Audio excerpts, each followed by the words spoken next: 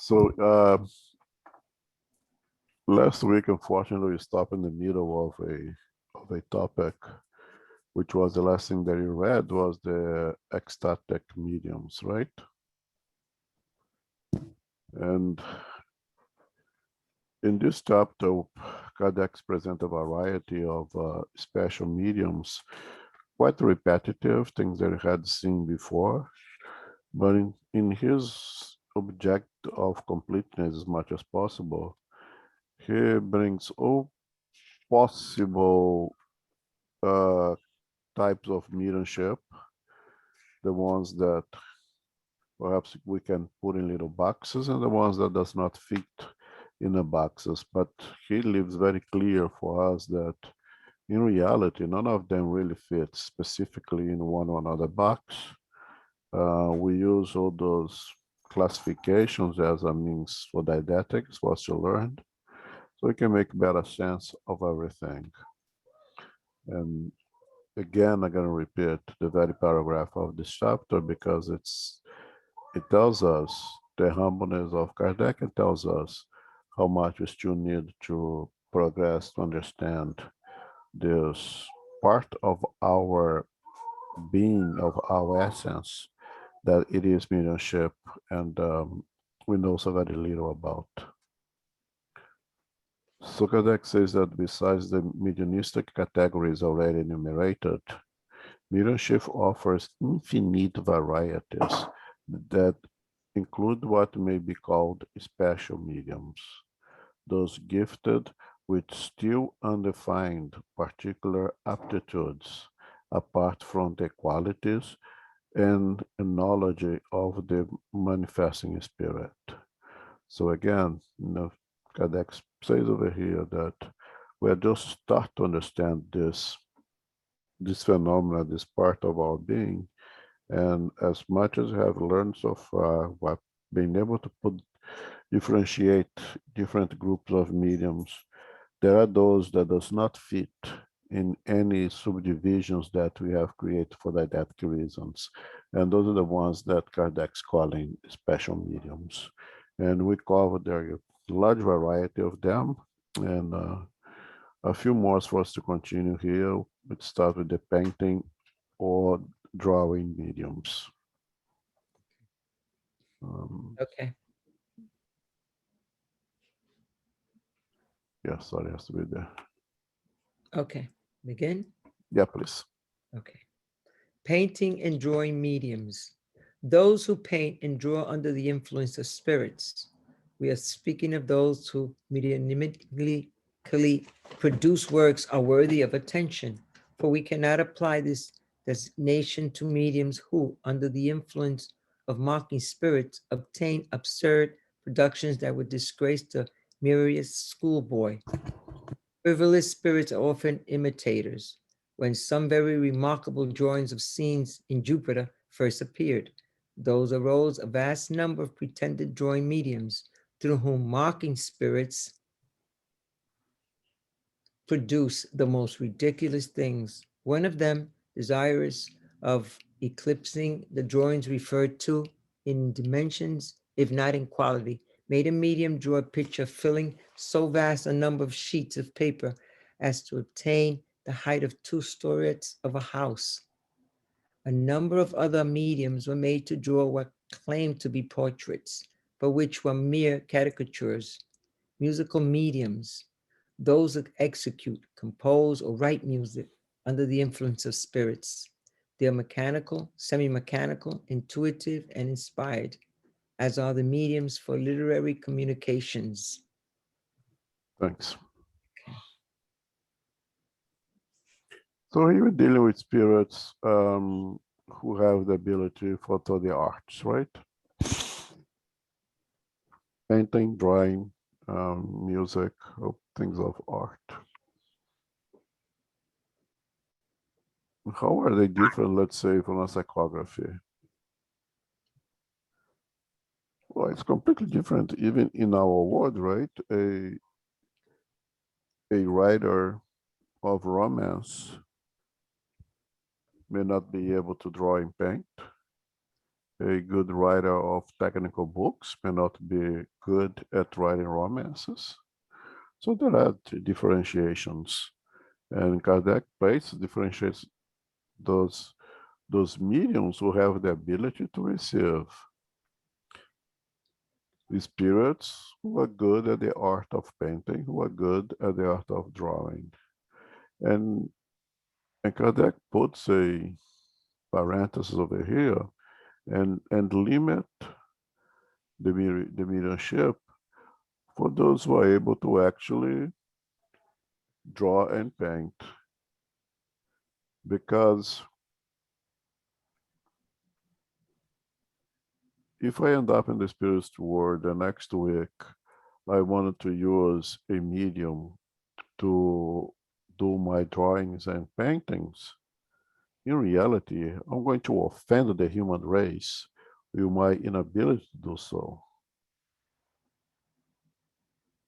I'll be, in reality, wasting a, a medium who could be receiving someone. You don't need to bring famous names. You don't need to come and bring Van Gogh or Renoir. No, Don Joe, that was a good drawer, a good painter, while incarnate, continue to enjoy the art while discarnate, but never become famous, never sold a paint for more than $15. But was good at doing it and goes to the spiritual world and continues to enjoy and has the potential to bring his talent or her talent and bring his art to us incarnate through a medium. Now, a medium of psychography may or may not have the ability to be a medium of paint and drawing. If he or she does not have that ability in the present or in previous reincarnations. So maybe Elmo, I cannot draw a little house that every kid does in kindergarten, but perhaps in previous reincarnations I have that ability that is not being used in this incarnation for multiple reasons. In a state of mediumistic trance, that ability arouses, and through the help of a spirit, it can retrieve that ability that I have in hibernation, so to say, and it can be used as a medium of painting or drawing. Which goes very often that those mediums who can serve as an instrument at the hands of artists in the spiritual world, in full conscience, out of the millionaire's trance, they cannot paint and draw to save their own lives either. So this is a true medium. And Kardec limits that for the one who can actually produce something worth to be produced, worth to be looked at, because any one of us can go to the spiritual world and call ourselves a painter or drawer and start misused the ability of mediums to produce, so to say, garbage. So Kardec does make a limitation over here that not talking about being able to pick up a pen and pencil and start doing whatever they do it and call it art. Kardec's referring to do real art. Okay, maybe abstracted art, I don't know, but real artists, not just mere putting something on a piece of paper. Because if you don't make that restrictions, then you can say that every medium has this ability. Every one of us has this ability, and every spirit in the spiritual world has the ability to paint and draw. So Kardec makes a clear differentiation over here who can actually produce work that is worth to be produced. And the same thing goes to music. The same thing goes to music, especially if you're going to be wrote in writing musical notation. You know, I never had a school education in this incarnation.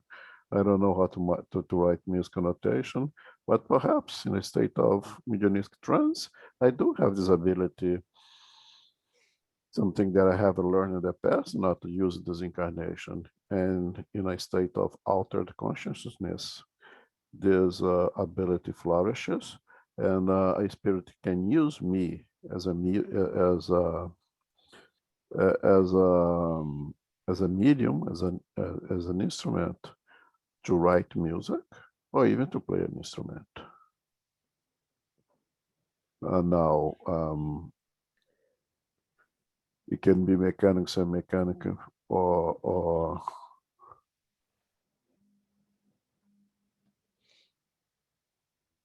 inspired.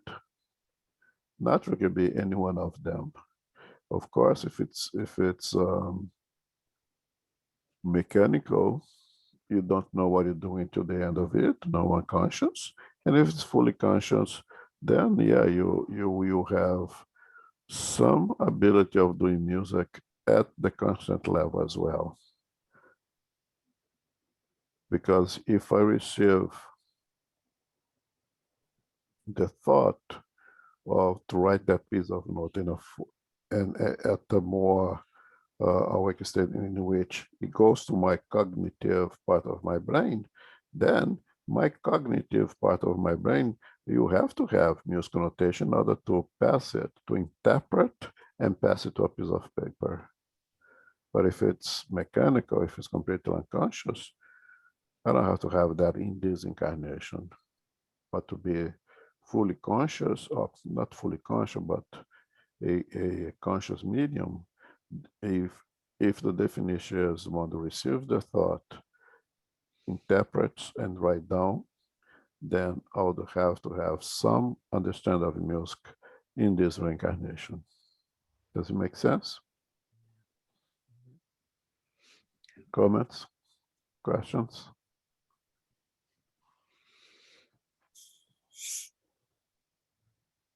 Okay, so we continue. Okay. Varieties of writing mediums. 191. First division.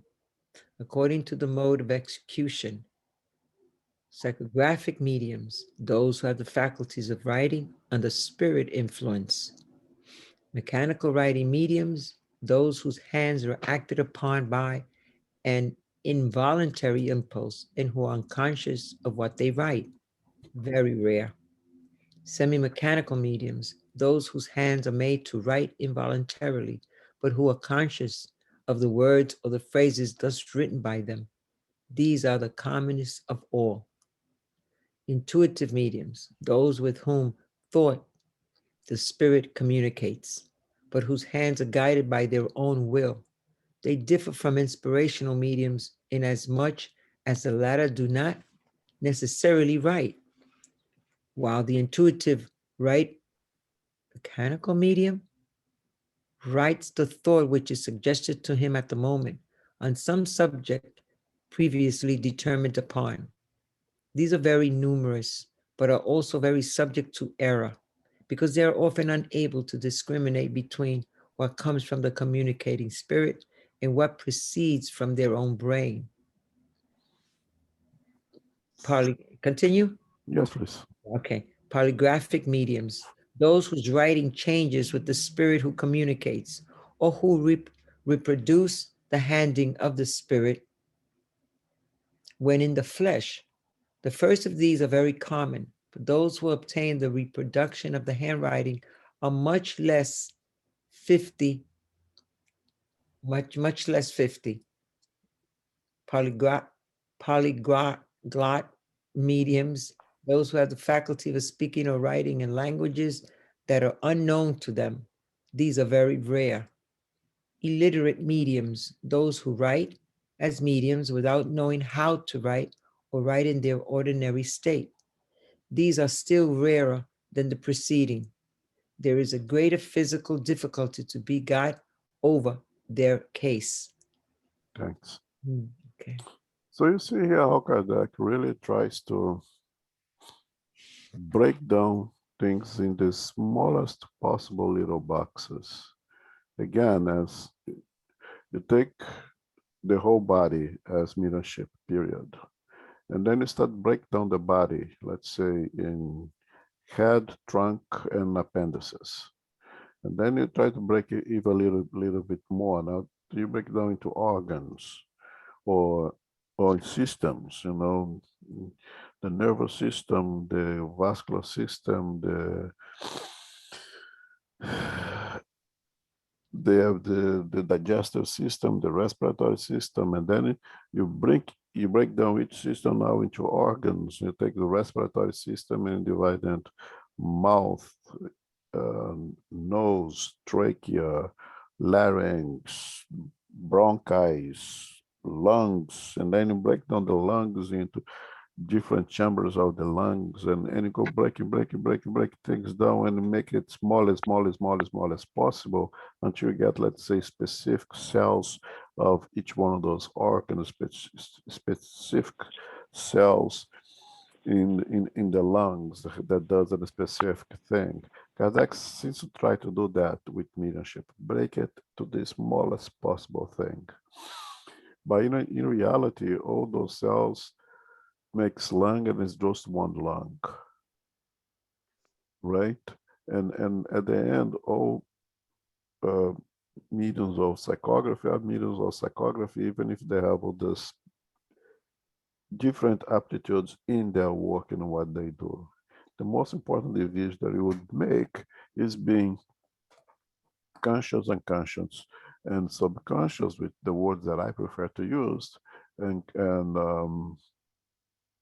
you can use different words. You can say mechanical, intuitive, semi-mechanical, as Kardec used.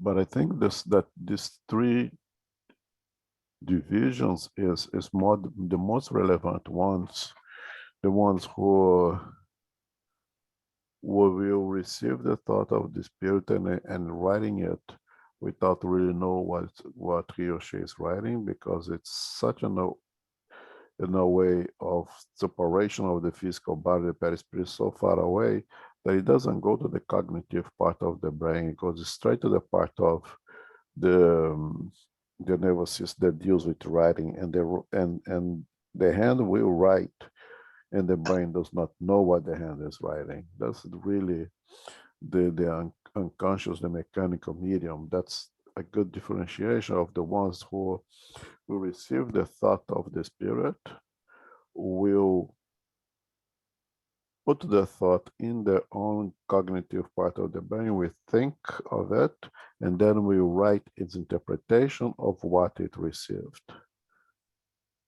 And then the most common of it is one that's between the two. That is not a completely fog, completely uh, unaware, but is not completely full of understanding, full of grasping everything that it received from the spirit. Something about between is the most common.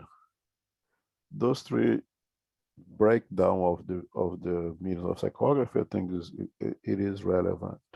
And then we can come to the polygraphic, the one who's able to change completely the handwriting when they are writing conscious without a mediumistic trance, and when they are in a mediumistic trance, their handwritings are completely different.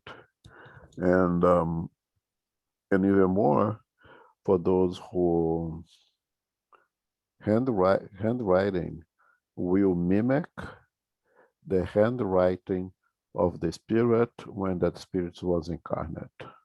Studies were done on such a thing. That example, I don't, those names are just getting an example, okay? Receive a communication that it signed Abraham Lincoln. And you say, well, but was this from Abraham Lincoln? Yes, it was from Abraham Lincoln. You look at the style of writing of Abraham Lincoln, the ideas expressed in that and that piece and that message, everything meets pretty much with Abraham Lincoln. And then one last thing, they bring it that piece of paper with that message to a place where they have writings of Abraham Lincoln to make the comparison. It looks pretty much alike, almost identical. So mediums have that ability to mimic the handwriting of the spirit, how the spirit used to write when incarnate.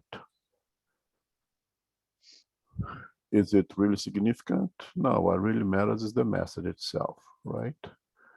The message is what really matters, but it's a nice detail that can be significant for those who doubt, for those who are against what the spirituals presents, although I don't think it'll be enough to change anybody's minds. Polyglot is the Shanaglacy. The spirits were able to write in a language that they do not have in a state of consciousness outside of the mediumistic trance. Of course, again, just like the painting, it leads us to believe that that person, that spirit, that medium has that language in its memory bank, has had experience with that language in the past, and now in the state of altered consciousness is able to retrieve that knowledge that presently in this incarnation it's not being used because it's playing a different role. Now, as Julie used to say, if the actor who played the the mobster in one movie or in one theater and develop the skill to speak like the mobster do, to have the body language of mobsters and all those things. And the next production, the next movie, you play the role of a cowboy in Mexico. It'll be completely different. It has the ability to do the mobster, but now he's playing a different role. He's gonna develop skills for that roles, and but he did not lose the ability that he has conquered before. The same thing with us. Reincarnating spirit, multiple reincarnation, had experiences, many different languages. It's natural that we have in our memory bank as the tiny spirit reserved somewhere, I believe, in our perispirit, those files that they can be retrieved during mediumistic trance with the assistance of discarnate spirits, illiterate spirit, mediums, I'm sorry, mediums that in Akasha states are illiterate, they don't know how to write and read. But during a trance, they can write beautiful things. Again, I would like to believe that this spirit have in its memory bank the ability to write, but it's not using in this present the reincarnation. Okay, questions?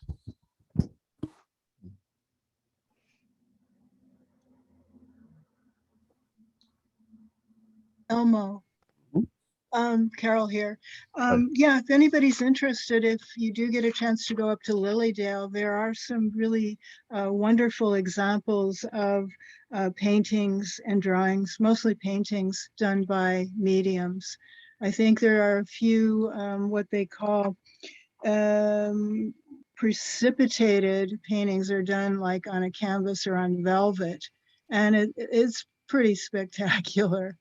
And, people have noted it. through their visits, and everybody seems to mention, oh, did you see this, that, and the other painting? And it's an interesting place if you get to go and spend some time in Lilydale. You'll have an interesting time observing some things. Yeah, I haven't done it yet, but I heard that there's some things that read mind-boggling, wonderful work. Yeah, Uh, this it is. precipitation is actually a physical phenomenon, right? I believe so. Yeah, Yeah. because the There's artist does not hold any painting implements or paint, and then it will appear after, you know, a certain period of time. Not very long, actually. It almost sort of, I wouldn't say spontaneously manifests, but indeed faster than if you had an artist studio in which you had your canvas set up with your paints. You know, the precipitated art is more instantaneous in its appearance. yeah, those are more of physical phenomena. They say it's absolutely amazing what's Yeah, the quality of the work actually. quality. Yeah, very quickly Um, done. It's great. we had the opportunity to witness the experience here in two occasions, two different mediums of painting. But there was actually a medium of painting who receives the spirit and passes the work to the spirit. The spirit used their hand to paint actually, and it's pretty amazing how they could put together um, a whole a whole picture in a matter of 2.5 minutes. It's mesmerizing. I mean, there is no way that you would doubt if you see it being done right in front of you. Yeah, it's that's what I think gives us a greater clue that indeed it is possible. Yep. I know Zoraida saw that. Anybody else here had the opportunity to see those? Yeah, Oh, you did too. Good. they were spectacular, to Yep. say the least. Yeah, it's you really have to be the blind who do not want to see when you experience that and still doubt. Absolutely. Yeah. Yeah, and especially because if more than one person is there, can validate what they've seen as well as what the others have seen, and there's a collaboration there, and that's pretty impressive in itself. There's agreement. Yep. Mhm. Yeah. So we move on 192. Okay. Second division. According to the development of mediumic faculty, novice mediums, those whose mediumic faculty is not yet completely developed and who lack experience. Unproductive mediums, those who obtain only insignificant results, such as monosyllables, letters, or mere strokes. Fully formed mediums, they whose mediumic faculties are completely developed and who transmit spirit communication easily, quickly, and without hesitation. It is evident that this perfection cannot be obtained without practice. In the case of novice mediums, the transmission is usually slow and difficult. Laconic mediums, those who, though easily influenced, obtain only short and undeveloped communications. Explicit mediums, the communications obtained by these mediums have all the length and aptitude that can be arrived at by a writer of first rate ability. This aptitude depends upon the expansibility and facility of combination of the fluids required. Spirits seek for mediums of this nature for treating of subjects which demand full development. Experienced mediums, the faculty of writing, drawing, etc., is a result of habit and is often quickly acquired, while experience is the result of a serious study of all the difficulties of practical spiritism. Experience gives to the medium the tact necessary for judging of the quality of the spirits who manifest themselves, asserting their good or bad qualities, and discovering the tricks of deceptive spirits who Sorry. Mhm. Who forcefully assume the appearance of truth. The importance of this quality is easily understood, for without it, all others are useless. Unfortunately, many mediums conform experience of the fruit of study with aptitude, the result of organization, and fancy themselves to be perfect. Because they write with faculty, they often reject counsel and become prey of hypocritical and lying spirits who lay hold on them by flattering their vanity. Flexible mediums, those whose faculty enables them to lend themselves with great facility to a great diversity of communications, and through whom all spirits, or nearly all, are able to manifest themselves spontaneously or in response to evocation. This variety of mediums differs but slightly from sensitive mediums. Exclusive mediums, those through whom one spirit manifests himself to the exclusion of all others, and answers for all the other spirits that may be called for through the intervention of the medium. Such exclusiveness is always a result of defective flexibility on the part of the medium. A good spirit may attach himself to a medium from sympathy and for a laudable end. But when the spirit is an evil one, he does this invariably with the view of keeping the medium dependent upon him. Such exclusiveness should be avoided, as it borders too closely on obsession. Thanks. Mediums for okay.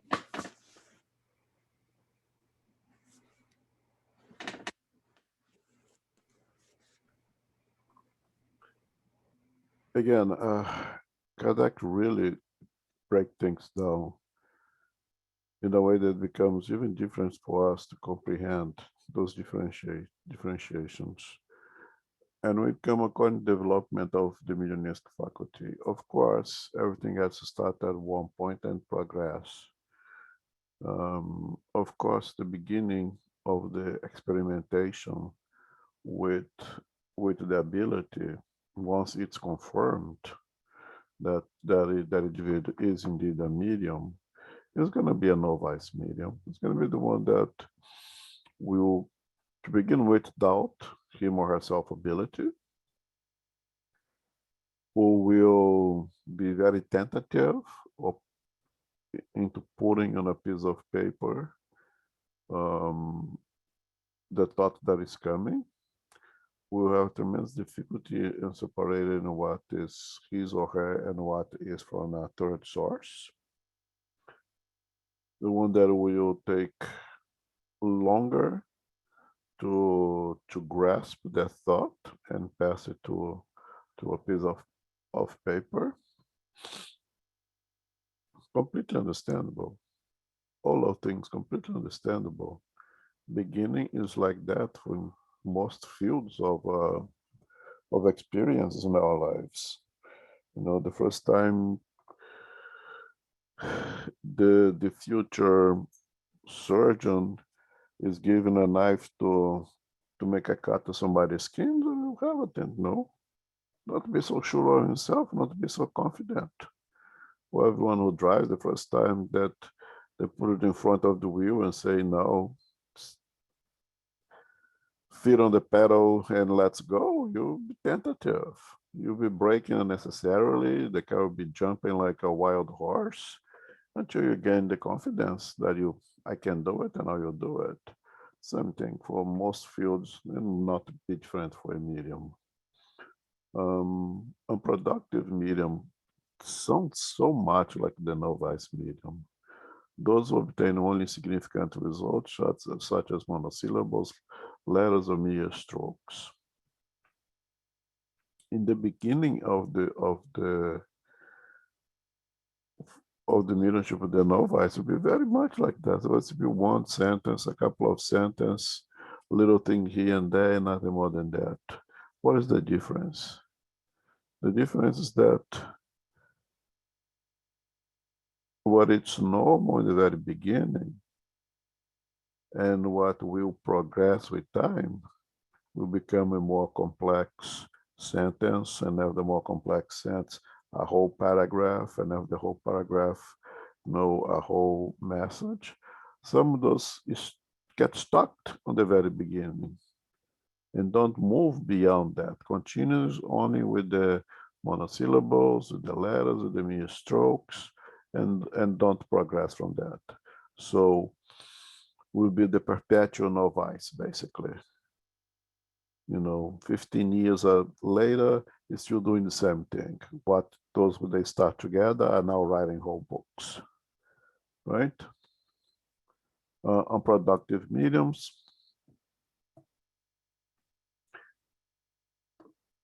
It's what I just said before, I'm sorry. The fully formed mediums,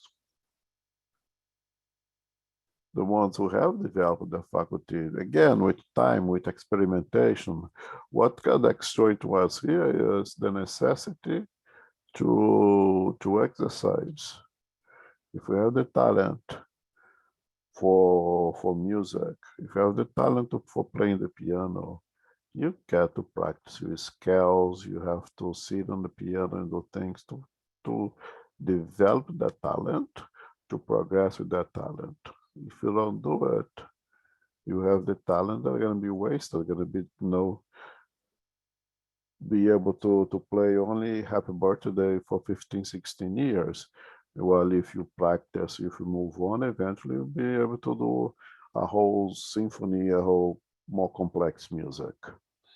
But everything has a beginning, and the explicit medium, the one who have really dedicate him or herself and is working hard to develop that ability. And in cross breakdown laconic, those who, though easily influenced, obtain only short and undeveloped communications.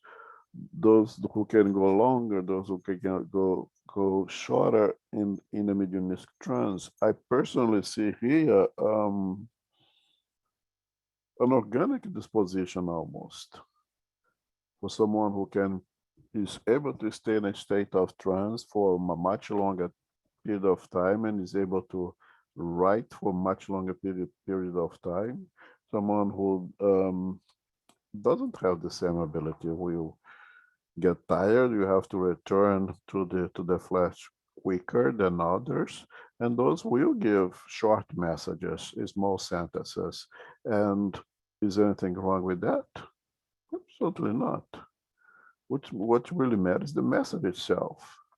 Now, naturally, let's say if a medium wants to write a whole chapter of a book, 25 pages at once, it needs that spirit needs a medium who is able to provide them that time spent, stay in concentration for that period of time, and you'll be able to write for 25, 30 pages. And another one who was only able to write 2 pages at a time, perhaps is a medium who will be able to produce a book of messages. 1, 2 pages, a small message, next message, and it's out of trance as much as the medium can do. I believe that is, and I believe, okay, that is the organic component that will differentiate some of these breakdowns in the abilities, mediumistic faculty that Kardec breaks down. Experienced, a medium may be very experienced, but still only be able to produce a small amount of writing per trance, and others will be able to write and write and write and write and write and write for many hours in one single mediumistic trance. They both may be experienced. It's not the experience that will differentiate a laconic from more explicit. But this experience is extremely important. It's probably the most important thing that we see here is that allows the medium to have a much greater perception of who that spirit is, not in terms of identity of the spirit, but the qualities of the spirit, what he could expect will be the end result of that communication, the experience to feel, just to feel the energy that that spirit brings, good or bad or kind of neutral, all the things that comes with experience. Only by the approximation of the perispirit of the spirit, to the perispirit of the medium, experienced medium, will pretty much be able to gauge who is coming and what to expect. Should I continue with this? Should I not waste my time with this? That comes with experience, and experience is extremely important at that point. Flexible mediums, I think that would be the goal of every medium, to be able to be an instrument for any and all spirit in the spiritual world. But not all mediums will have that flexibility. It doesn't mean that that medium is not as good as the other ones. Again, there may be a organic component to it as well. Maybe the spirit has some difficulty, perhaps, due to its own past, to associate with some spirits due to cultural clash, many things in our life that may not make it, the spirit may not be so flexible. But I believe there might be also a organic component. I believe there is a kind of lock and key phenomena for the two perispirits to match also, and sometimes it is a mismatch. There is no affinity. It doesn't. Some spirits are more, some mediums, I'm sorry, are more inflexible. They are not able to accommodate some kind of spirits. And there is a very dangerous one here, the exclusive medium. That is a red flag in itself. Get a medium who only receives one spirit, and that one spirit is the one who answers for all the other spirits through that medium. That's a big red flag. It may not be an obsession, but I think we need to take it as an obsession until proven otherwise. It's more likely to be an obsession than anything else. Kardec says here, a good spirit to may attach itself to a medium. And from sympathy and for laudable end. I'm not gonna doubt Kardec, but it's very unlikely that a evolved spirit will take exclusivity of an instrument. Or this belongs to me, this is mine, nobody can use. It's more likely an inferior spirit will have that kind of attitude. It's mine, is only mine, I'm not gonna share with anyone. So every time that you see the exclusivity, we need to be very careful. I think as a self-defense, we should think there is an obsession until proven otherwise.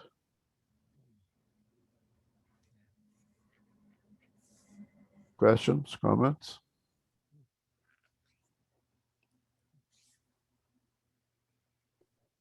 Okay. I know I missed some, it's because I don't think it's so relevant to use all those little breakdowns that Kardec presents to us. I'm just focused on the one that I think is important, the ones that we really have to be careful. again, experience is what makes the difference. The amount of effort that a medium put in perfecting his ability to interact with spirits. Flexibility should be a goal, but again, it may be an organic component that you will have a tendency, and we do have a tendency to associate more with different types of incarnate, the same with the discarnate. And if we are doing our work in a proper environment, under the proper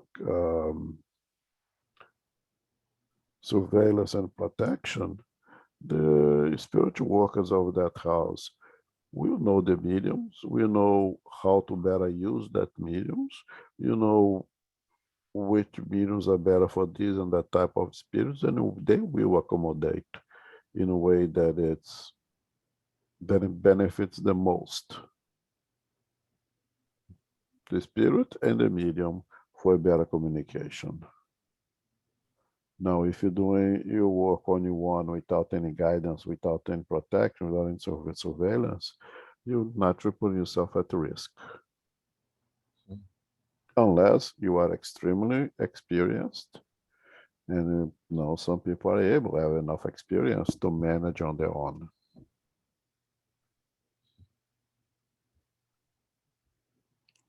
Yamo. Mm-hmm. So, the kind of work that is done on assistance and rescue on the spirits group. So, messages, psychographic messages are done in a way that, let's say, there's a time where the medium is under the trance and perform the psychography. But we were studying here that some sorts of might be short. Some the more experienced, the more entranced can do a longer message. But I'm assuming the kind of work that we do is not the purpose of having like longer messages and like book things. I believe. So does that when that type of work needs to be done, like to write a book or go to that line of work, what needs to be changed or addressed or pay attention in order to perform something like that? Yeah, I agree for the nature of the work that we do. It's not the kind of mediumship medium that is going to produce books, or at least would not produce books of romance or technical books that is lengthy. It could produce books of small messages, like Jussara has already published, right?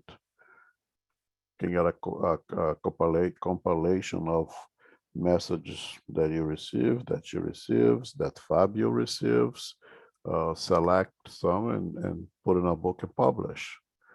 But those are always small messages that I'm really bad with typing, but I would say that what I witnessed, they are no more than, I don't know, 10 minutes of continual writing. You'd agree with that? Yeah, sounds about right.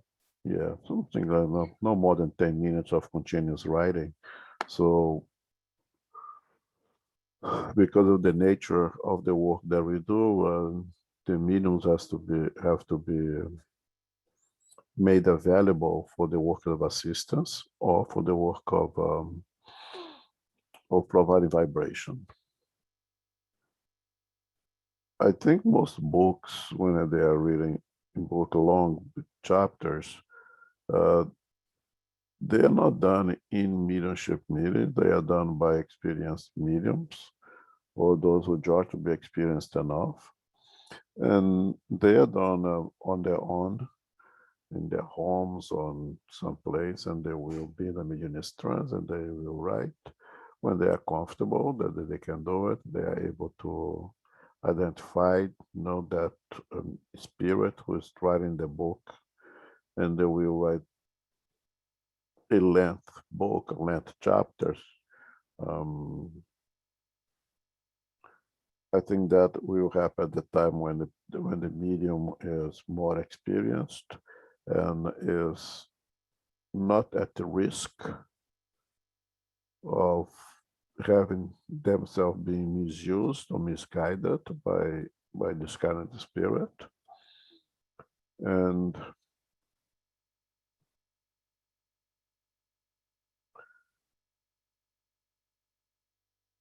even in those situations, medium must be careful, must be humble enough to bring their works to someone more experienced, to still have to talk to someone who is doing that for a while and get more guidance, and be really open-minded to look at the work and say, this work should continue, this work should not continue, because A, B, C, and D, and explain the reasons.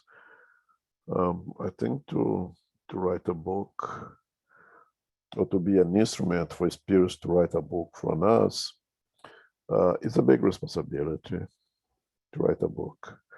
And then to come to publish, it's a giant responsibility that people have to be very assured that, one, they should spend that time being an instrument in the hands of that spirit, and two, that work will be good to be published because it will really benefit other people, because that is the ultimate purpose of writing books, right? Okay. And a more experienced medium will be able to recognize who it doesn't matter, the message is coming from, from years of experience, if there's this maturity, let's put that way. But for the novice and the youngster that are doing the psychograph,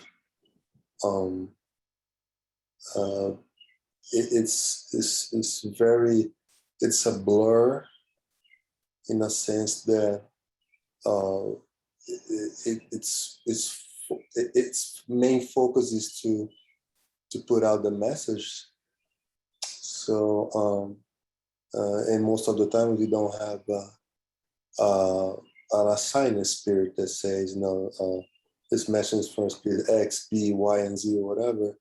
So there's no way to know if it's coming from the same spirit. The only way to know that is to analyze the content of the message. So how does the medium can begin to get a grasp and not be following the exclusivity of being working only with one spirit per se? Repetition, doing over and over and over again, and being attentive to what's happening every single time to gain that experience, and to rely on more experienced medium, communicate, talk, share the experiences, learn from others who was doing that for a longer time, just like in any other field. You come with time. What seems to be that right now a more inexperienced medium put all their attention concentration on the message itself, he cannot, or it feels that he cannot divide the attention to anything else, and therefore he cannot say, oh, I don't know which spirit is right. I don't pay attention to the energy I'm receiving because I'm so focused in getting that message out. Eventually, it becomes more relaxed. It learns how to like walk and chew gum at the same time, right? You can do that. You can walk and chew gum at the same time, but at one point we are so focused on walking that we can chew the gum as we are walking.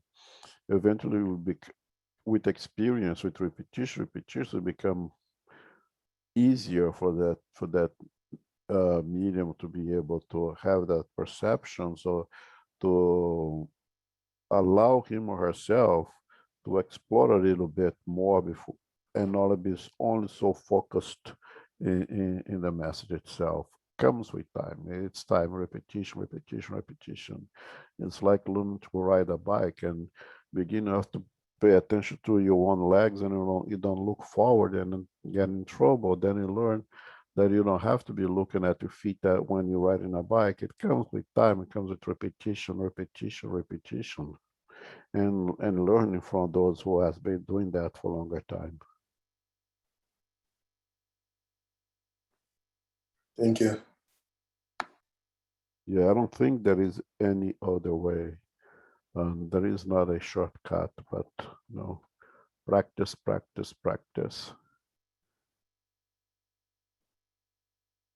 Having said that, a medium, even with practice and experience, may have the aptitude or the talent to do one thing in one way, and not gonna go much farther than that, but will have tremendous experience, will be very good and doing that thing that it came with the ability to do it. And if that is the aptitude, that is the talent of that medium, let that medium do that to the best of its ability. You better off being able to do one thing well than doing 100 things halfway.